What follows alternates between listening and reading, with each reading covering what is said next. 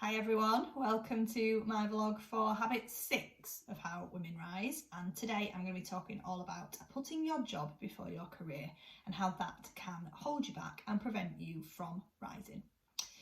So Marshall and Sally start with a chapter by talking about the fact that they frequently work with women who have very quickly risen to a high level but then have stayed there for a long time, rather than propelling themselves further.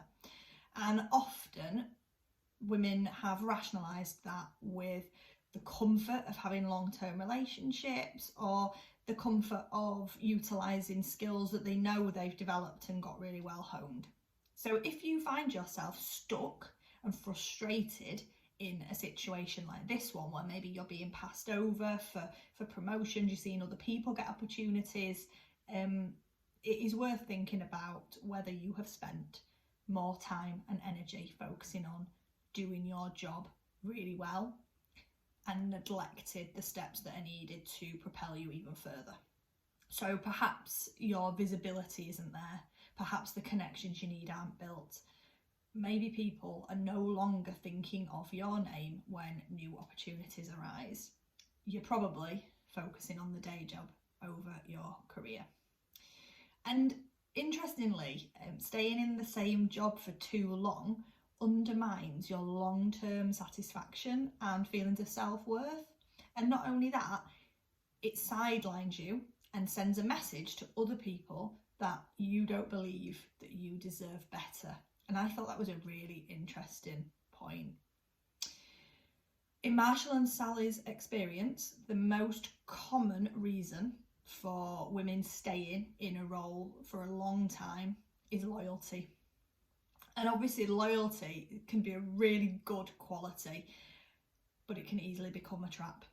And others will benefit from your loyalty, but you won't.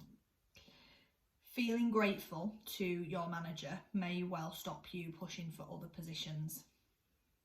And it's not just about your manager either. In fact, it could be loyalty to your own team that prevents you from pushing further. So many women nurture their team, nurture those relationships and spend a massive amount of time with the people who work for them directly, which is great for that team of people, it's great for those individuals, and it will give you intrinsic rewards as well for doing that. But it can mean that you neglect building networks with senior leaders and external partners, relationships that help you in the future. And there's a couple of links I want to make at this point actually, because as I was reading, I was thinking about an exercise that's within Squiggly Careers around relationships and networking, where they give you 3 categories and 3 groups, and you have a look at who are your networks, your contacts within those 3 areas, and where are you focusing most of your attention. So that might be a really useful exercise if this is you, to think about how many of your current relationships, how many people within your current network actually fall into the people who are going to help you in the future, somewhere down the line. So by just concentrating on the immediate sort of operational relationships and the day job relationships, you're not only failing to build the relationships that you need for the future, but actually you're also actively developing and refining and promoting to other people the fact that you've got a skill that's suited for a less than senior level role. And that's because the skill of managing a team proves that you have great management skills.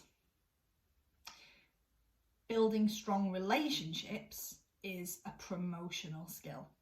And in the top leadership roles, they tend to be more about the potential for the next level of responsibility than they are about managing the current level. So strategic leadership roles tend to be focusing on big picture, future implications, strategic issues, and the management skills that got you here won't get you there. I listened to a podcast as well this week by The Strengths Guy. I think it's series 11. It's the first episode of the new series, and it's about 4 truths of strategic leadership. And that very much backs this chapter up and this habit up. So those 4 truths include the fact that you will need less operational knowledge, you will need that network of people who are going to help you for the future, even that you will need to let go of expertise and focus on that big picture and the fact that you have been recruited for your thoughts, your thinking, rather than your ability, your skills, your knowledge. It's actually about your thinking skills. So that's another one that it could be worth a listen. It's only about 10-15 minutes long. So the fear of being or appearing to be self-serving, I thought was a bit of a new concept here, but there is a theme throughout the book, and that's about women being frequently uncomfortable admitting that they care about themselves, and actually frequently unwilling to admit that even to ourselves. And thinking in terms of career development means that you view every job, every role, or every opportunity, every project that you work on as a way of positioning yourself for whatever comes next.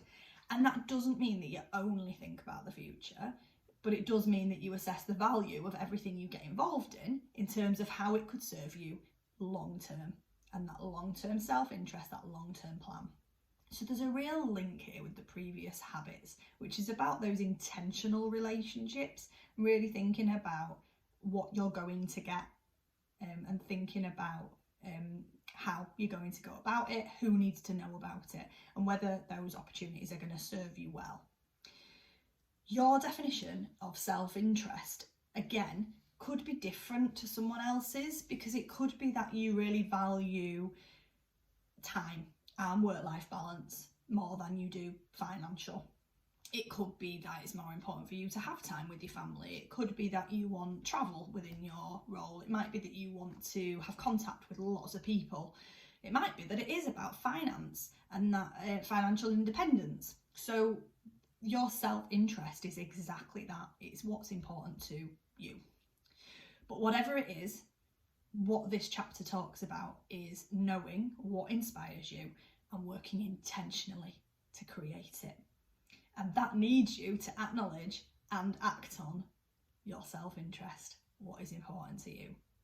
So if you're stuck in that loyalty trap, or you're struggling to admit what's important to you, or make a point of not playing the game, not getting involved in office politics, then you could well benefit by considering how well this serves you and how those attitudes are impacting on getting you where you want to be.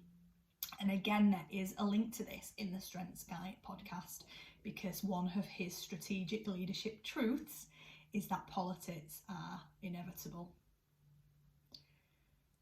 So women who use jobs to avoid thinking about their career often have a problem admitting ambition. And this is something that came up in that introductory chapter, the word ambition. But the world needs ambitious women.